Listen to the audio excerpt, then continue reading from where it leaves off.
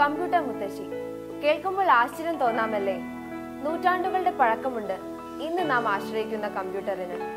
ചക്രം മുതൽ ഡ്രൈവറില്ലാത്ത കാർ വരെ പുതിയതെന്തും കണ്ടെത്താനുള്ള മനുഷ്യന്റെ അടങ്ങാത്ത ആഗ്രഹം അവനെ കമ്പ്യൂട്ടർ എന്ന മഹാത്ഭുതത്തിന്റെ പിറവിയിലും എത്തിച്ചു. Necessity is the mother of invention. എന്നും കീറാമുട്ടിയായ കണക്ക്, ആ കണക്ക് ലഘൂകരിക്കാനാണല്ലോ കമ്പ്യൂട്ടർ കണ്ടുപിടിച്ചത്.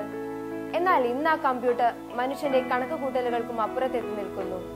കമ്പ്യൂട്ടർ എന്താണെന്നുള്ള ധാരണ ഇന്ന് എല്ലാവർക്കും ഉണ്ടാകാം. എന്നാൽ അതിന്റെ നൂറ്റാണ്ടുകൾ പഴക്കമുള്ള ചരിത്രത്തെ അത്ര കണ്ട് പരിചയമുണ്ടാവാൻ വഴിയില്ല. ആ ചരിത്രത്തിന്റെ രത്ന ചുരുക്കം നിങ്ങൾക്ക് മുമ്പിൽ അവതരിപ്പിക്കുകയാണ് ഞങ്ങൾ. ഏതാണ്ട് 5000 വർഷങ്ങൾക്ക് മുമ്പ് കണക്ക് കൂട്ടാൻ വേണ്ടി നിലവിലുണ്ടായിരുന്ന അബക്കസ് എന്ന ഉപകരണത്തിൽ നിന്നാണ് ആധുനിക സംവിധാനമായ കമ്പ്യൂട്ടർ പിറവിയെടുത്തത്.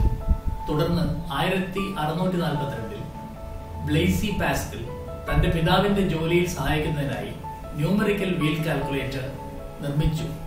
ചലിക്കുന്ന 8 പൽചക്രങ്ങളുള്ള പാസ്കലിൻ എന്ന ഉപകരണത്തിന് 8 അക്ക വലുപ്പമുള്ള സംഖ്യകൾ വരെ കണക്ക് കൂട്ടാൻ സാധിക്കുമായിരുന്നു.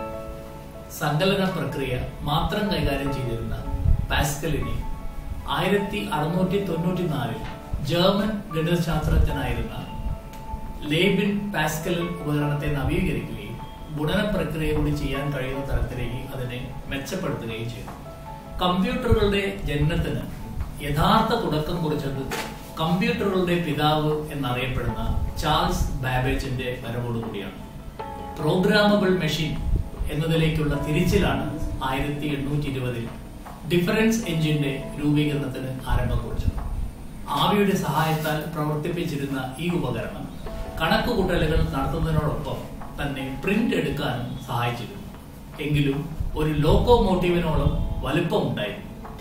10 വർഷങ്ങൾക്ക് ശേഷം അനലിറ്റിക്കൽ എഞ്ചിൻ എന്നൊരു കമ്പ്യൂട്ടർ രൂപീകരിക്കാനുള്ള പ്രവർത്തനങ്ങൾ ആരംഭിച്ചു. ആദ്യത്തെ വനിതാ പ്രോഗ്രാമറായി അറിയപ്പെടുന്ന അഗസ്റ്റ ആഡക്കിൻ ആണ് എഞ്ചിന്റെ രൂപകൽപ്പനയെ പറ്റി ചാൾസ് ബാബേജിനോടൊപ്പം മനസ്സിലാക്കിയ മറ്റൊരു വ്യക്തി.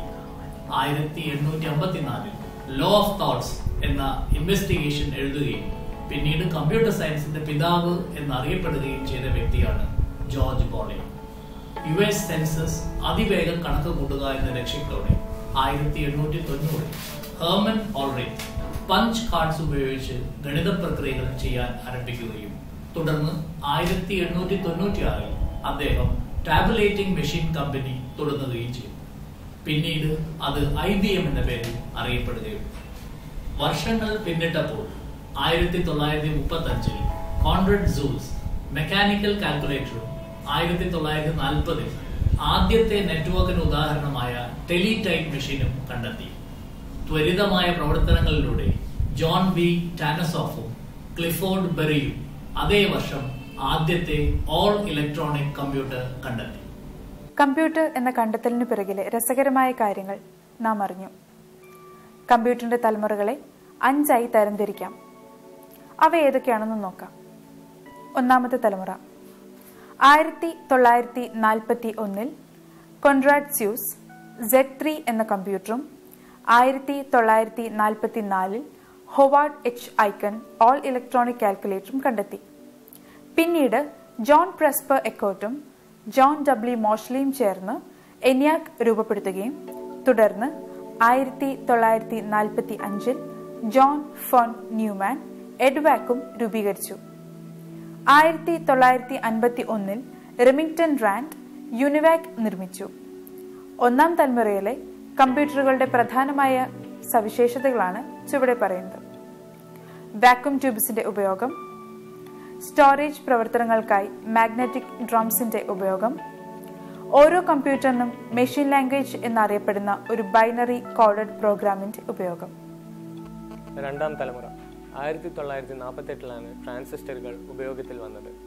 ഈ കണ്ടെത്തൽ കമ്പ്യൂട്ടറിന്റെ വളർച്ചയിൽ പുതിയൊരു വഴിത്തിരിവായി. വലുപ്പമേറിയതും കനത്ത ചൂട് പുറപ്പെടുവിക്കുന്നതുമായ വാക്യൂം ട്യൂബുകളെ 1956 ട്രാൻസിസ്റ്ററുകൾ കമ്പ്യൂട്ടറുകളിൽ പ്രവർത്തനക്ഷമമാക്കിയത്.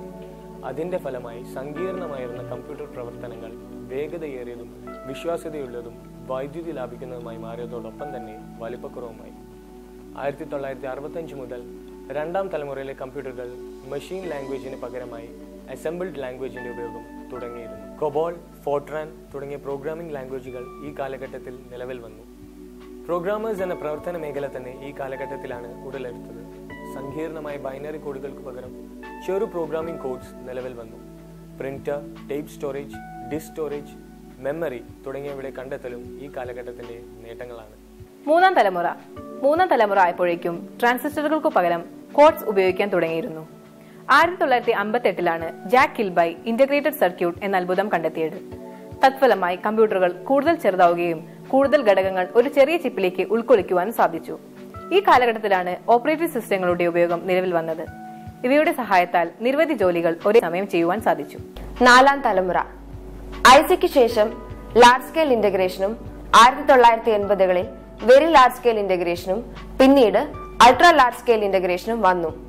ഇതിന്റെ ഫലമായി കമ്പ്യൂട്ടർ കൂടുതൽ ചെറുതാവുകയും പ്രവർത്തനക്ഷമത കൂടുകയും ചെയ്തു. പ്രവർത്തന ശക്തിയും കാര്യശേഷിയും വിശ്വാസ്യതയും കൂടുതലുള്ള പ്രോസസറുകൾ നിലവിൽ വന്നു. 1971 കൂടുതൽ മികച്ച ഇന്റൽ 4004 ചിപ്പ് പുറത്തിറങ്ങി. 1970കളോടെ മിനി കമ്പ്യൂട്ടറും 1981 IBM PCയും ലോകത്തിന് പരിചയപ്പെടുത്തി. ഇതോടുകൂടി സോർട്ടുകളുടെ വിപ്ലവകരമായ പ്രവർത്തനം ആരംഭിക്കുകയും ഡെസ്ക്ടോപ്പിൽ നിന്ന് ലാപ്ടോപ്പ്, പാം ടോപ്പ്, നോട്ട്ബുക്സ് തുടങ്ങി ചെറിയ രൂപങ്ങൾ ഉളവാകുകയും ചെയ്തു. ഇന്റർനെറ്റിന്റെയും ഇമെയിലിന്റെയും ഉത്ഭവവും ഈ കാലത്തായിരുന്നു. അഞ്ചാം തലമുറ. ഈ തലമുറ ഇപ്പോഴും അതിന്റെ ശൈശവത്തിലാണ്. ഗൂഗിളിന്റെ ഡ്രൈവർ ഇല്ലാത്ത കാർ പോലെയുള്ള നിരവധി അത്ഭുതങ്ങൾ ഈ ശൈശവ പ്രായത്തിന്റെ ചില പടവുകളാണ്. സംസാരിക്കുമ്പോൾ പുറപ്പെടുവിക്കുന്ന നിബന്ധനകൾക്കനുസരിച്ച് പ്രവർത്തിക്കുന്ന ഉപകരണങ്ങളൊക്കെ നിലവിൽ വരാനുള്ള സാധ്യതകളേറെയാണ്. ഈ കാലഘട്ടത്തിലെ ഏറ്റവും പ്രധാനപ്പെട്ട ഒരു നേട്ടമാണ് വിദേശ ഭാഷകളെ പരിഭാഷപ്പെടുത്താനുള്ള കഴിവ്. Types of computer. കമ്പ്യൂട്ടർ എന്താണെന്ന് നമുക്കറിയാം. അതിന്റെ ചരിത്രത്തെക്കുറിച്ചും നാം മനസ്സിലാക്കി. ഇന്ന് വിവിധ പ്രവർത്തനങ്ങൾക്ക് സഹായകമായ നിരവധി ഇനം കമ്പ്യൂട്ടറുകൾ ലഭ്യമാണ്. ചെറുതു മുതൽ സങ്കീർണമായ പല ജോലികളും ചെയ്യാൻ ഇന്ന് മനുഷ്യൻ കമ്പ്യൂട്ടറിനെ ആശ്രയിക്കുന്നു. കൃത്യമായ നിർദ്ദേശങ്ങൾ വഴി ഏത് ജോലിയും ക്ഷണനേരം കൊണ്ട് ചെയ്തു തീർക്കാൻ ഇന്ന് കമ്പ്യൂട്ടറിന് ആകും. ഏതുതരം കമ്പ്യൂട്ടറുകൾക്കും CPU, memory, master storage device, input and output device തുടങ്ങിയ ഘടകങ്ങൾ ഉണ്ടാകും.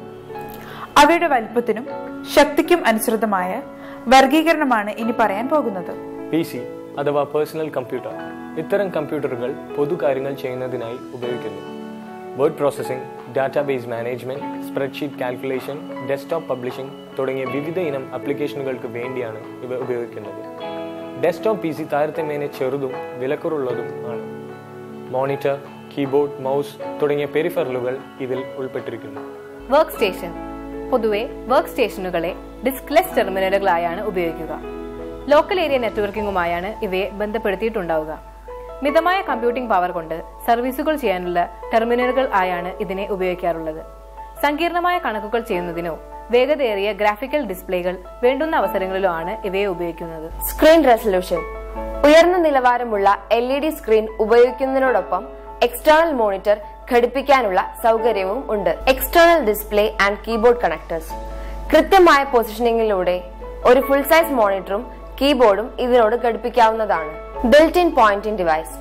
ലാപ്ടോപ്പിൽ ടച്ച് പാഡ് അല്ലെങ്കിൽ പോയിന്റിംഗ് സ്റ്റിക്ക് ഉണ്ടാക്കുകയാണ് ചെയ്യാറ്. USB പോർട്ട് വഴി മൗസ് ഘടിപ്പിക്കാവുന്നതാണ്.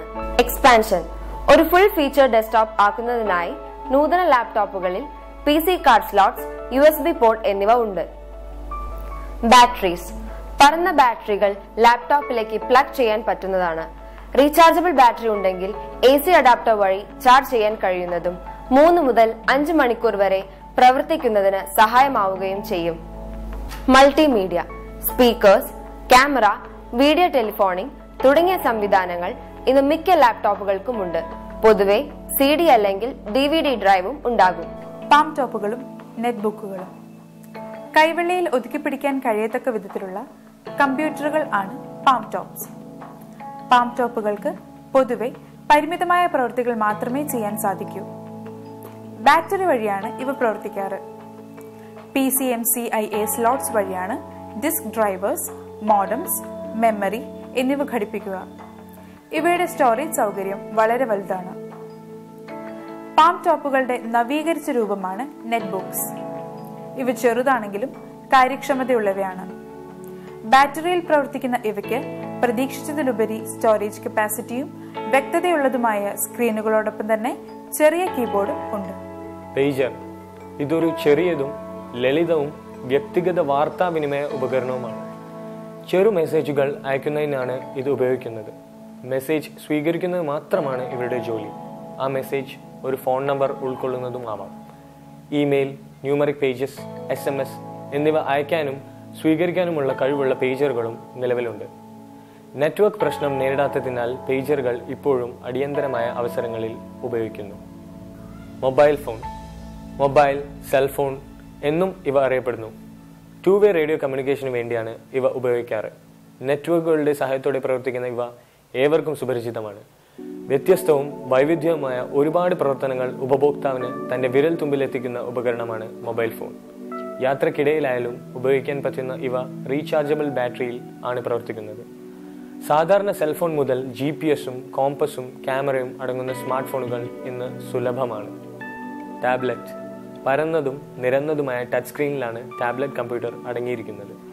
സ്ക്രീനിനെ ഇൻപുട്ട് ഡിവൈസായി ഉപയോഗിക്കുന്ന ഇവ കീബോർഡിനും മൗസിനും പകരം സ്റ്റൈലസ്, ഡിജിറ്റൽ പെൻ, വിരൽ തുമ്പ് എന്നിവ ഉപയോഗിക്കുന്നു. നമ്മുടെ കൈയക്ഷരം പതിപ്പിക്കാവുന്ന പെന്നും ശബ്ദം തിരിച്ചറിഞ്ഞ് പ്രവർത്തിക്കാനുള്ള കഴിവും ടാബ്ലറ്റ് PCകൾക്കുണ്ട്. കാർപ്യൂട്ടർ കാറുകളിൽ ഇൻസ്റ്റാൾ ചെയ്യാൻ കഴിയുന്നതും പ്രവർത്തിപ്പിക്കാൻ കഴിയുന്നതുമായ കമ്പ്യൂട്ടറാണ് കാർപ്യൂട്ടർ. GPS, direction, personal MP3, music libraries, radio എന്നീ സൗകര്യങ്ങൾ തരാൻ കഴിയുന്ന LED ടച്ച് സ്ക്രീനുകളാണ് ഇതിനുള്ളത്. സുരക്ഷിതമായ യാത്രയും ഇത് ഉറപ്പുവരുത്തുന്നു.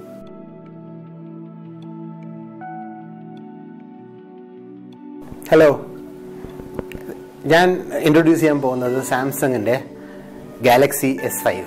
ഇപ്പോഴത്തെ സാംസങ്ങിൻ്റെ ലേറ്റസ്റ്റ് പീസാണ് ഇത്. 5.5 ഇഞ്ച് സ്ക്രീനാണ്. Naturally LED screen. High 16.1 professional camera based ആണ്. പിന്നെ ആൻഡ്രോയിഡ് കിറ്റ്കാറ്റ് ആണ് ഇതിൻ്റെ വേർഷൻ. വെയറബിൾ കമ്പ്യൂട്ടേഴ്സിലേക്ക് പോകുന്നതിന് തൊട്ട് മുമ്പ് ഇതിൽ വേറൊരു സ്പെഷ്യാലിറ്റി ഉണ്ട്.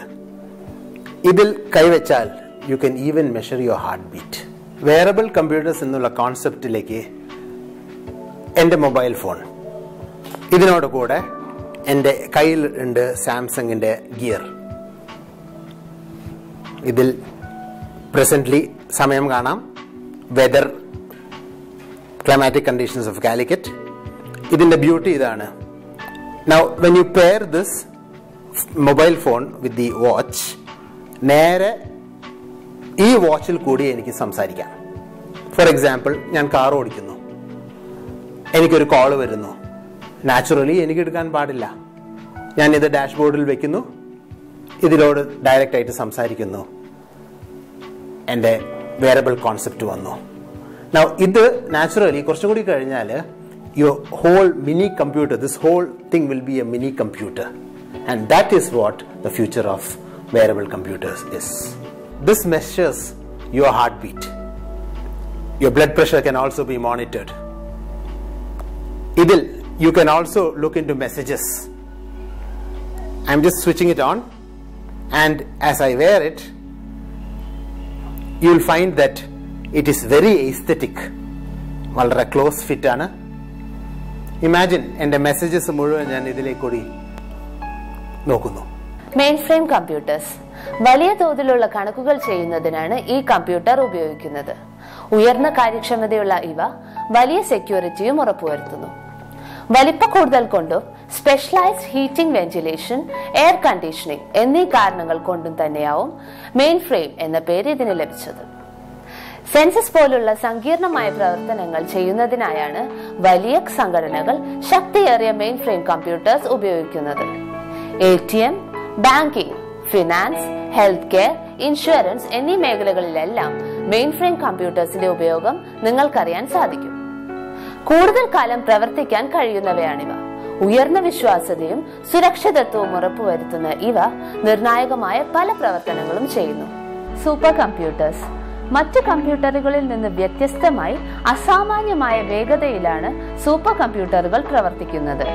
വേഗതയേറിയ കണക്കുകൂട്ടലുകൾ നടത്തുന്നതിൽ സൂപ്പർ കമ്പ്യൂട്ടർ ഏറെ മുമ്പിലാണ്. കൺട്രോൾ ഡാറ്റ കോർപ്പറേഷനിലെ സെയ്മർ ക്രേ ആണ് 1960കളിൽ സൂപ്പർ കമ്പ്യൂട്ടർ അവതരിപ്പിച്ചത്. Quantum physics, weather forecasting, climate research തുടങ്ങിയവയിലെ വലിയ പ്രോബ്ലം സോൾവ് ചെയ്യാനാണ് പൊതുവെ ഇവ ഉപയോഗിക്കാറ്.